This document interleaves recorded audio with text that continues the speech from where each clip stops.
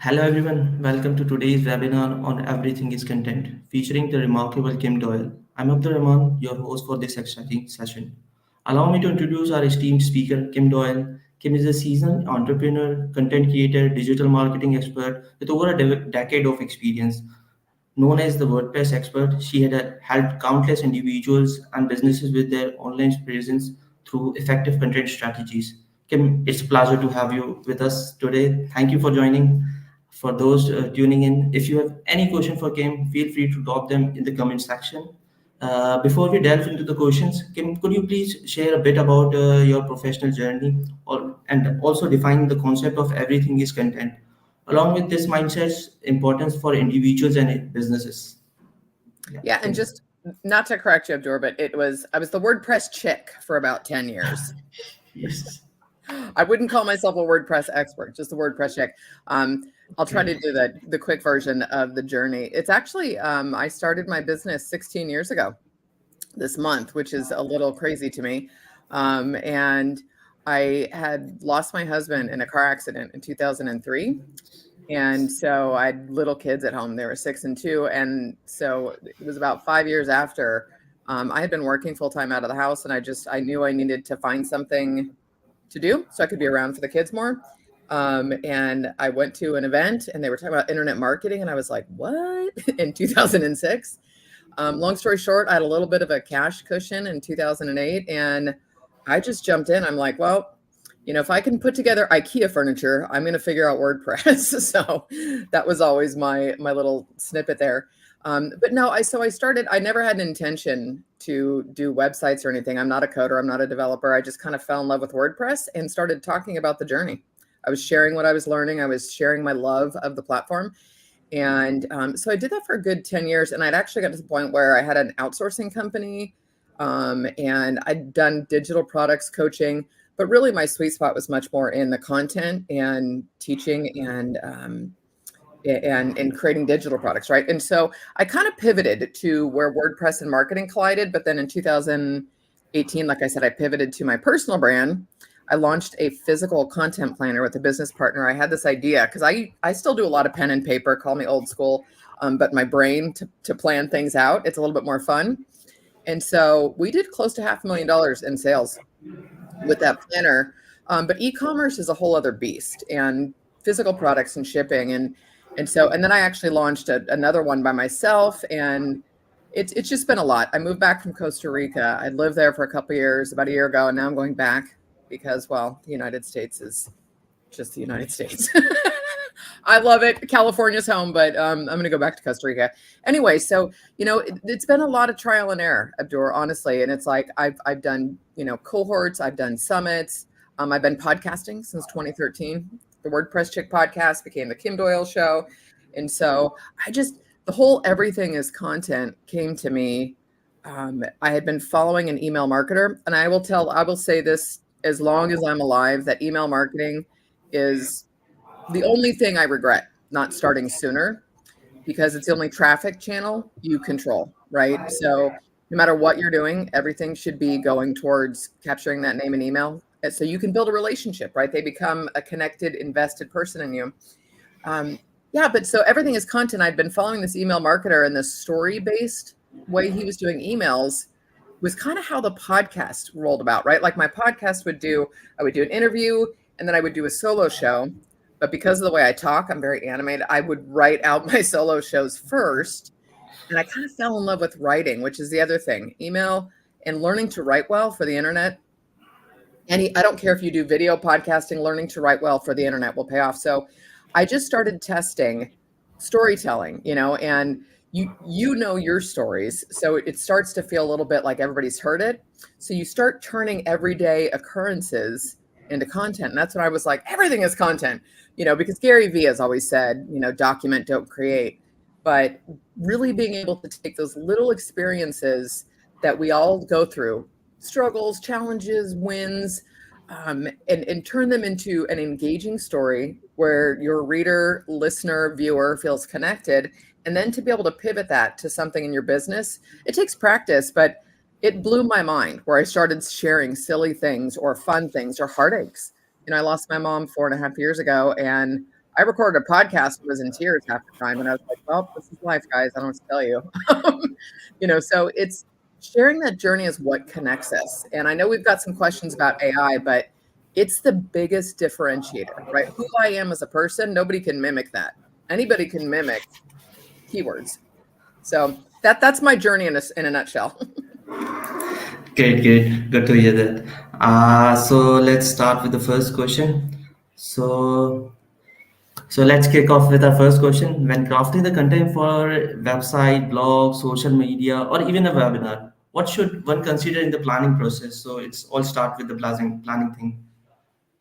Yeah, I think the planning process really involves a couple very basic things. Who are you talking to? And what is the problem you solve for them, right? That's kind of copywriting 101. And then you have to decide there's two elements that a lot of people take into consideration when talking about their audience. We have demographics and we have psychographics. I prefer the psychographics. That's the emotional element to who we are. And so my content is geared towards people who want to take complete and total responsibility for their lives. Like we can all be a victim and make excuses, but at the end of the day, we have to do the work. So I want people who want to take responsibility. I want people who are willing to just show up and do the work. And then, of course, there's that element of, how you move through the world. And so being willing to show up to do the work, not taking yourself too seriously is the last thing. So when you're planning out your website, trust me, as someone who loves, like, I wanted to be a graphic designer way back when. So I was an art major. I draw, I paint. So I get the visual side of it.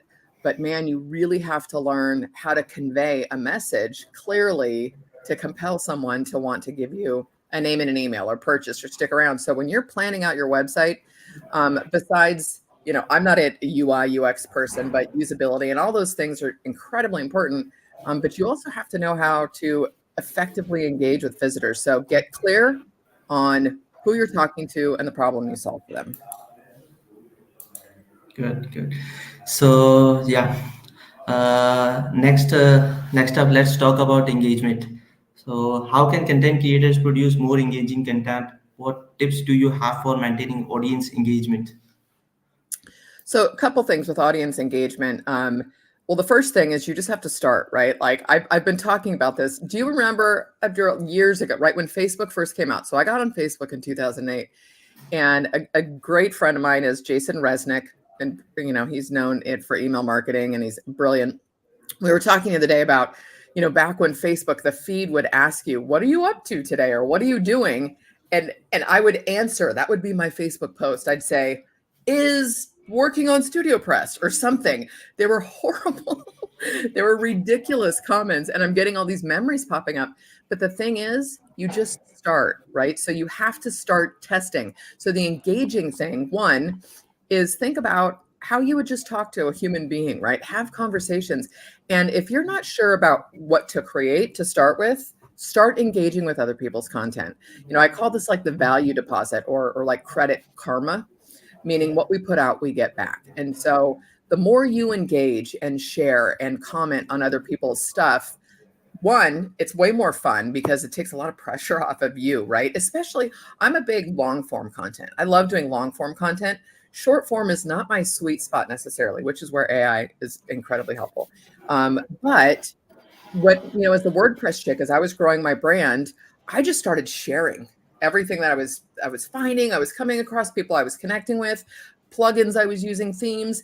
And so I kind of built up this platform to share other people's stuff, right? It's a very simple, let me use my platform to share your message. And so the engaging content piece, you have to learn how to have a conversation like a real person. I think we're at this point, Abdur, especially with AI, that it's the only differentiator is our own unique voice. So you test and you try stuff, and and the more you can show up without trying to get it right. You don't need to buy a course on hooks, on copywriting, on headlines. Just start talking to people and pay attention to what's going on. But when you show interest in other people, that's compelling.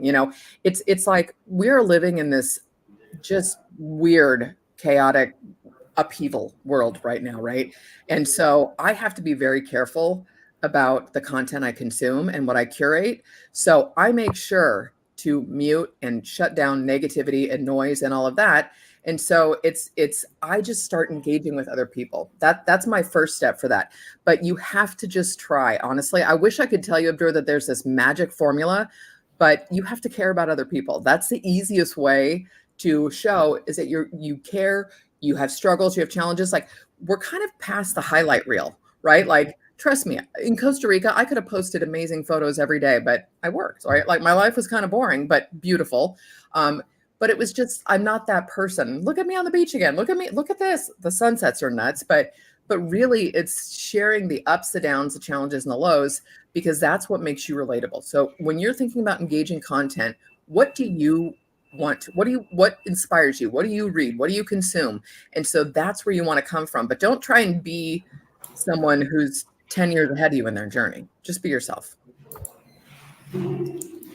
Yes, and I'm just completely remembering the part when I started with the community, and those were the advices I got from my seniors, from the experts. So I could relate to that. Good. So yeah, so moving to the next question, what strategies do you recommend for consistently generating content ideas from everyday experience and interactions? So, okay, I'm going to give you a couple little quick stories to give you examples of content. And so, one, James Altucher is an author, and he's come up with this theory of writing down 10 new ideas every day. And it's really just to flex your idea muscle. But truly, when you start paying attention to stuff, like everything is content. So here's an example. I'm just going to be super transparent. So, right, like, I'm down at my sister's, I'm not at home, and I'm in her office. She works for a major whiskey distiller, liquor company in the United States. So I'm sitting here, and I have to show you, right? And next to me on her desk is whiskey, right? So I could do an email that said whiskey at 7:00. Okay, right? And that would make people think, and it's silly, but this is where everything is content. You start seeing stuff. So when you start paying attention to what happened to me today, there's another great book called, oh my God, I'm going to mess it up. It's Story Things. The author is Matthew Dix. And I'll send you a link if you want to include it in show notes. But when you start paying attention to what happened to me today, so yesterday, right? I told you I was traveling. I went to visit a friend. It was 3.5 hours there, 3 hours to my sister's, and now I'm a couple hours from home.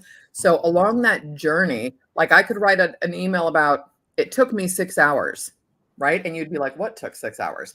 But to go spend 3 hours with a mentor was life-changing for me. And so you start seeing all these little things. Another example, because copywriting, you have to get people in, right? That's where copy comes in.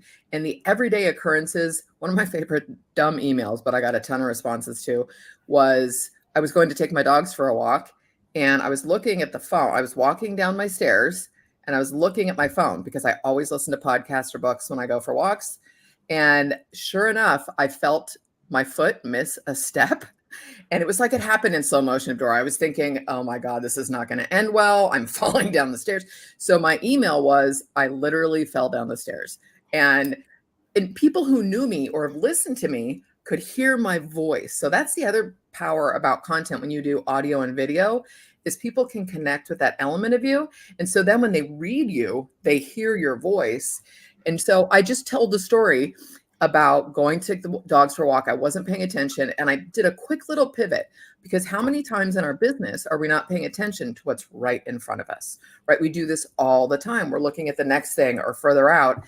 And so you start seeing, and I mean this genuinely, you have to do the work, Abdur, like how to do this, how to come up with ideas is you write down what else is happening today. I mean, I woke up, my sister's coffee pot has a timer. I was like, oh my God, the coffee's made. Hallelujah. And so the power of a timer could be another thing, right? Because that started my day. So you start seeing these things, but you have to try. You have to test stuff. And for me, it was a challenge. I challenged myself. I was like, you know what? I'm going to practice. I called it my almost daily email. And I was like, I don't care what happens. I don't care who unsubscribes. I don't care if nobody responds. I am committed to doing this for myself. Every morning, I'm in the first 30 minutes when I get to work, I'm going to start with this daily email. And within 3 months, I had tripled an affiliate income for something that I used and recommended. I'm an affiliate for things, but pretty much for what I use and recommend. And so it blew me away. Did people unsubscribe? Yep. But I tell you, by the third month, my idea muscle was flexed. And that's, the everything is content. It has come out of realizing that everything that happens to us is a relatable story.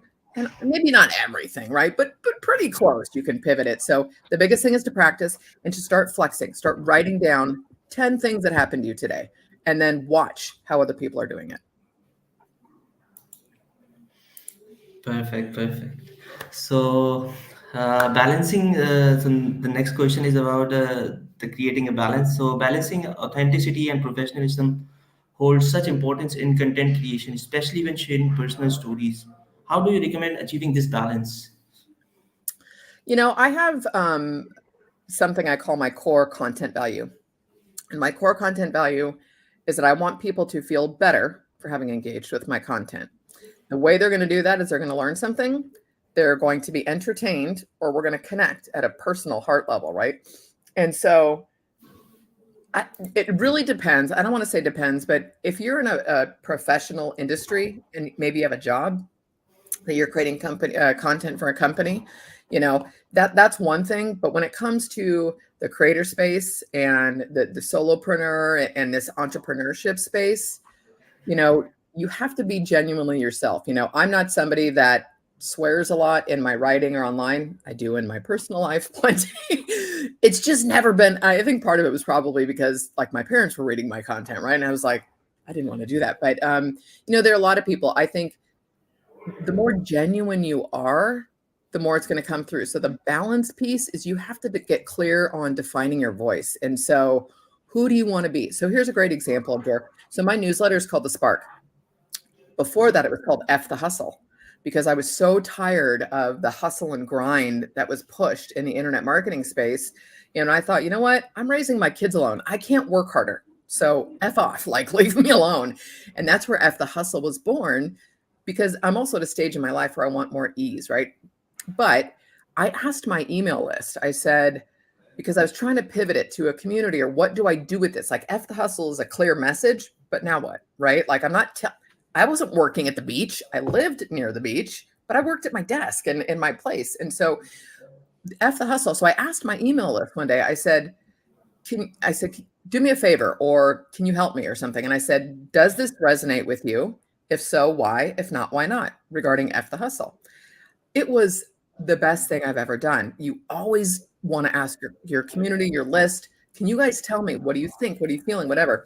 And so people told me, they said, I get it. I resonate with it, but you're much more inspiring. You're much more positive. It has a negative connotation to it. And I was like, oh my God, I got to change the name. I went into that question thinking I was going to get clarity for what to do with it.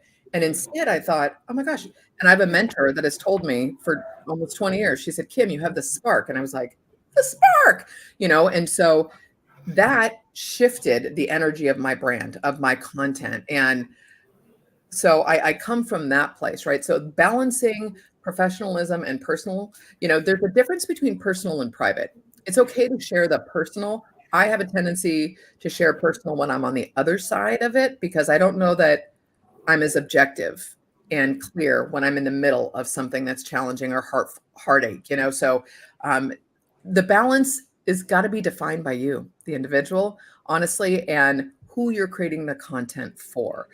So I think we're past the days of I don't know about you. Like, I remember my first post on the WordPress chick.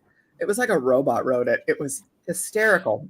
Forget the fact that like I didn't know how to format content on the web, right? Nobody wants to read huge blocks of text on the web, but I did it. I still hit publish, and then I practiced and I practiced. And you get to this point where you're not writing for a college professor. You're writing for people who you want to inspire and get to take an action, right? That's the goal of our content, is to inspire people to click, to subscribe, to take the next step. And so you have to practice this, and you're the only one that's gonna be able to figure out that balance, what feels right. Like, I don't think about it anymore. I just show up, right? It's been 16 years though. That was another hashtag I had, besides everything as content, is just show up. You have to test and try. Great. So now there are some misconceptions about content. So the next question is related to these misconceptions. So from your experience, what are some common misconceptions about people have about content creation? How can they be addressed? Pardon me. How can they can be what? Addressed. Okay, how can they be addressed? So, the misconceptions about content, again, this is where I think we need to go back to being newbies, right? Do you remember, like, I always said to, when I said to my kids who are like 27 and 23 now, but I told them, I'm like, you guys, what I do for a living now didn't exist when I was your age. And so, the concept, all of this is still a very new industry when you think about it. And so, one, I think the misconceptions around content is that we have to follow these rules and these guides. And I mean, for what it's worth, could anybody have imagined Mr. Beast 10 years ago, whatever, right? Like, look at the stuff this guy does. Or you think about that. So, really, I think that the misconception is that there's rules and you need to do this and you need to have that. And there's best practices, which I think are incredible.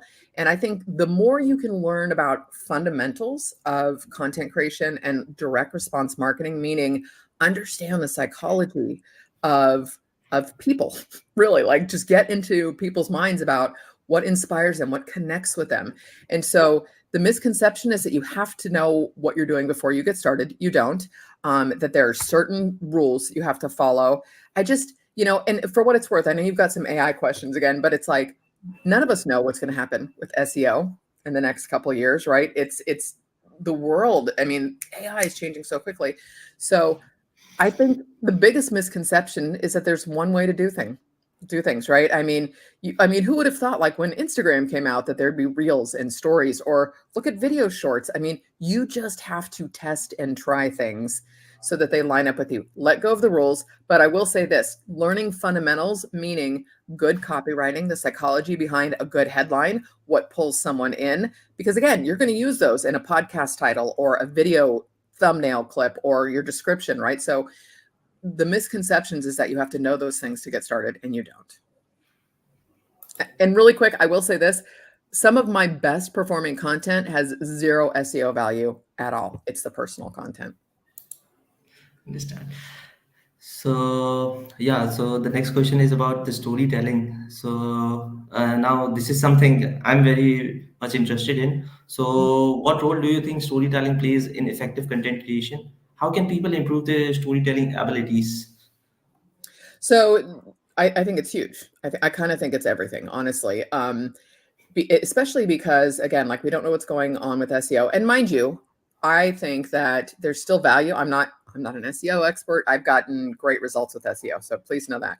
But with storytelling, one, you have to, again, come back. Like, what pulls you? Okay, so all transparency, I'm a huge Harry Potter fan, right? Like, my kids grew up with Harry Potter. My phone, you know how your phone says sent from my iPhone? My phone says sent from Hogwarts via owl. Okay. That's the big dork that I am. And so I pay attention to what stories grab me, what pulls me in, right? And so there's an element to the hero's journey. We've all heard that. And there's tons of books and stuff on the hero's journey and Joseph Campbell and whatnot. But learning how to tell a good story, the first thing I would do is I would practice, right? So let's say you write a blog post or an email or something, and then people say this, read it out loud. Like, does it inspire you? The goal is to get people to go to the next paragraph and the next paragraph and the next paragraph, right? And what is key in storytelling is a compelling character. So what is that story behind it? We get tired of telling our stories. And I'll tell you, Abdur, so here's an example of a story, was that the anniversary of my husband's passing, which it's 21 years this year, right? But is May 7th. And this happened on 2017. The story I'm sharing is I woke up, it was the anniversary of his death, and it didn't hit me for a couple hours as to what day it was. So it would have been 14 years. And, I used to do something with my kids and my family, and it was a big day, the first, 10 years even. And I was so grateful when I realized that it was the anniversary, and it wasn't such a heavy day anymore. I was very grateful to be on the other side of that. So I sent an email to my list, and the subject line was "In loving memory and a personal message of hope."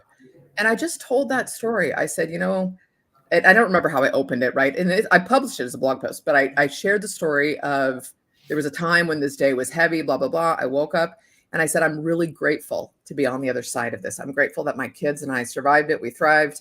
And then I pivoted with, your dreams are worth pursuing. You've got this. So I sent that email. I must have gotten 30 responses on a Sunday. And so many people said to me, God, Kim, I had no idea. And that's always been on my about page. I've never, I've never hidden that. And so then I went, all right, I'm going to share this as a blog post. To date, that is my most commented and shared blog post. So many people replied and shared. And then I pushed it socially that they didn't know that story. So that was a connection piece. And all I did was share my story and then pivot to, I want people to feel better, right? That's always my goal. I want you to feel better for having engaged. So storytelling is an art. You practice it. There's plenty of books on it, but this circles back to those 10 ideas I was saying. When you write down at the end of your day, like, what are some things that happened to me? What are stories that I'm inspired by?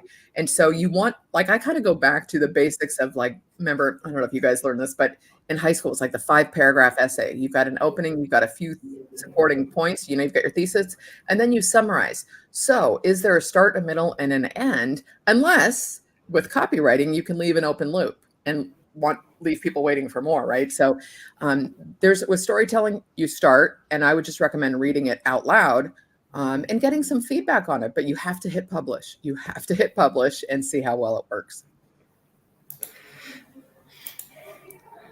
Okay, so we have been talking about AI and mentioning AI, but so the next question is about AI. With AI transforming the digital landscape, how can content creator use AI tools to produce high quality content? Also, I'm sure our audience would love to know the AI tool you personally use if you. Yeah. I love it, love it, love it, love it. Like I was one of the early Jasper customers. I don't use Jasper anymore. One of my most favorite things. So I had done a workshop last fall. It was called Conversations with ChatGPT, because I treat AI as a conversational ideation tool, like it's my assistant more than anything else. But one of the best things that you can do with any AI tool is to say, give it a bunch of context. I give it probably more context than you need. I'm like, first of all, I always greet it. Good morning. How are you? Like, it's more fun for me. But I tell it what I want to accomplish. Okay. So as an example, everything is content. That is a hashtag that I came up with like 6 to 8 years ago. And I've started seeing a lot of people talking about ditch the niche. You're the most profitable niche. Because again, we're the only differentiator when it comes to our business. So I'm not saying, I guess I'm anti-only niche content is more of an appropriate phrase for me.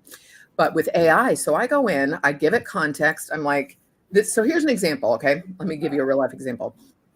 I am probably going to move my email marketing from ConvertKit over to Beehive. I friggin' love Beehive. I love the platform.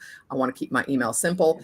And they are adding so many different automations and whatnot so that it's getting close to being an ESP besides just a newsletter platform.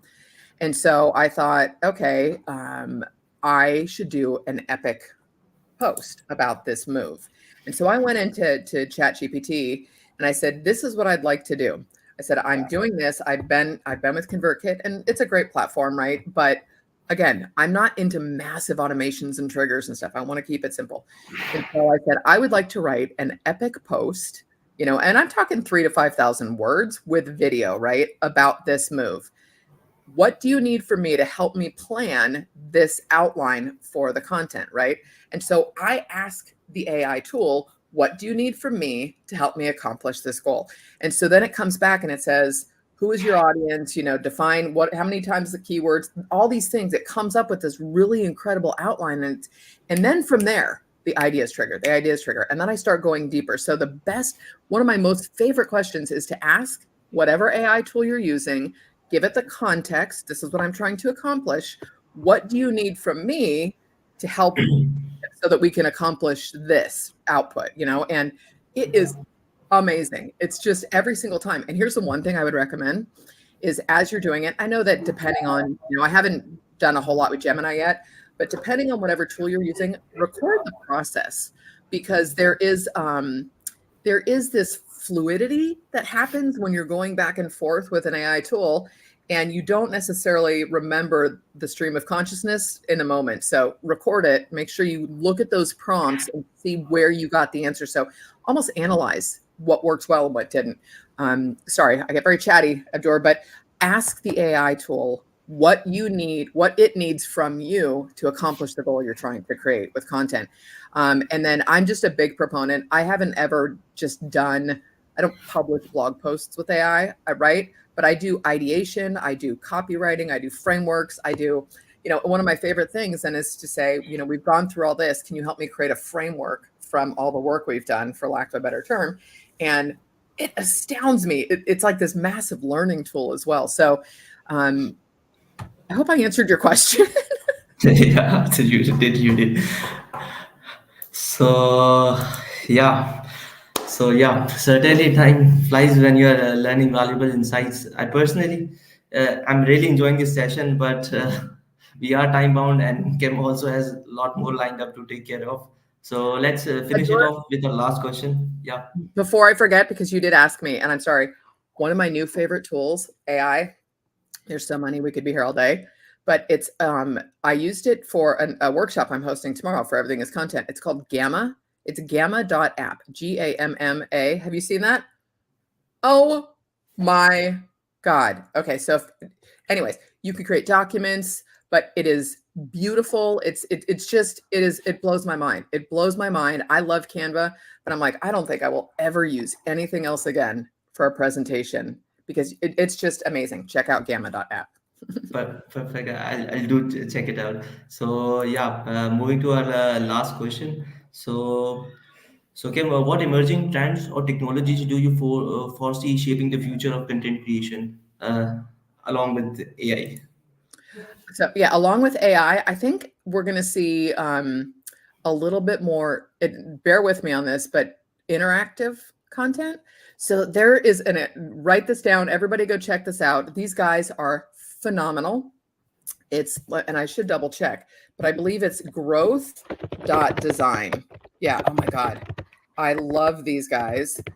And so they have case studies, but if you view their case studies, it's like a slideshow where they're teaching and it's graphics. So, and they do a lot of UI, UX stuff. However, they're teaching about the psychology. Like it's like getting a master's degree in a little snippet. Like you're getting this incredible education, but it's so powerful because they use kind of cartoons and illustrate. So as an example, they'll show, an iPhone and I forget what it was. One of the last case studies they did was somebody wanted a pair of glasses. So they go to this website and so they share a screenshot of the pop-up that shows up.